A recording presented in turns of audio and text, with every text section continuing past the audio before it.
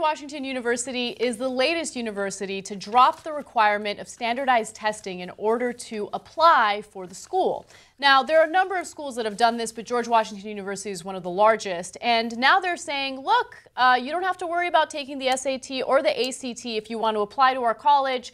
We don't really care too much about it anymore, and I absolutely love it. Now, the policy will go into effect on August 1st and will apply to all students other than a few exceptions, such as recruited athletes and homeschooled students. Okay, I don't love it. I'm really torn on it.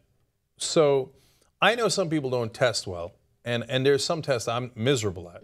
So I'm obsessed with this, the way that my brain works and how it's split in two. My spatial reasoning is horrible. I can't pack a trunk of my life dependent on it, right? But my verbal and logical reasoning I've always tested really well on. So it depends on the test you give me. If it's one based on spatial reasoning, then you're gonna think, oh, this don't, no, sorry man, just ran out of room, sorry about that, can't take you in.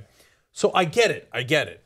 At the same time, well, don't we need some standardized tests to help people figure out who should get into the school and who shouldn't? I think that a person's academic achievement, a person's proof of well-roundedness, a person's work ethic, those things mean way more to me, at least, than what a standardized test can say. And the reason why I think this is a good thing, look, I'm biased. I hate standardized tests because I test really, really poorly. I get really nervous and I just don't do well, okay? But also, you have to consider the fact that these tests are very, very unfair to a lot of different ethnic groups, and specifically people from lower socioeconomic statuses.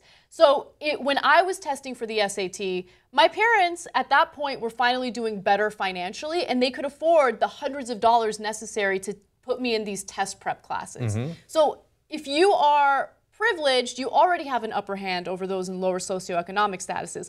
Also, we already know that not all schools in this country are built equally, okay? There are a lot of people that unfortunately are in poor areas, their schools don't get funded as much, they don't have the best education available to them. So is it really fair to use the same standardized test to test them and people who come from wealthier areas? I don't think so.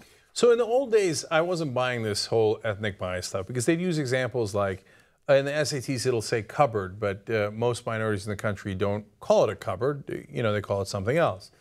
Okay, I don't think that that's untrue. I think that, that makes sense, but that's an easy fix. Just don't call it a fucking cupboard anymore, right? And I know it's a word in the English language and the other people on the other side will be like, oh, well, they should know cupboard. Okay, yeah, I know they should know the golf etiquette too, but they don't because they don't live in that way, right? So I get that, but that's not that big a deal. The money advantage in terms of being able to afford the training for the test, that's a much bigger deal. Yes. So I think you have a legitimate point. I think it is a really interesting question. That's why we want to ask you guys. On the TYT app, we put up this poll. Should universities consider standardized test scores like the SATs in the admission process? I still think I'm going to vote yes, though. Yes is losing right now. Anna's position is winning. The voting's just started on the app. But I'll tell you why. I hear you, and I would make their GPA within the context of their own school more important. I would weigh that more, right? And if you come from a disadvantaged background, I don't mean ethnically. At this point, I think affirmative action is slightly counterproductive, okay? I mean, you're in a district that is not doing well socioeconomically, whether it's in West Virginia or it's in the Bronx, right? I would give weighted scores for those students because they're not getting the training, right? They're not taking the fancy courses. And for them to succeed in that environment shows me a lot.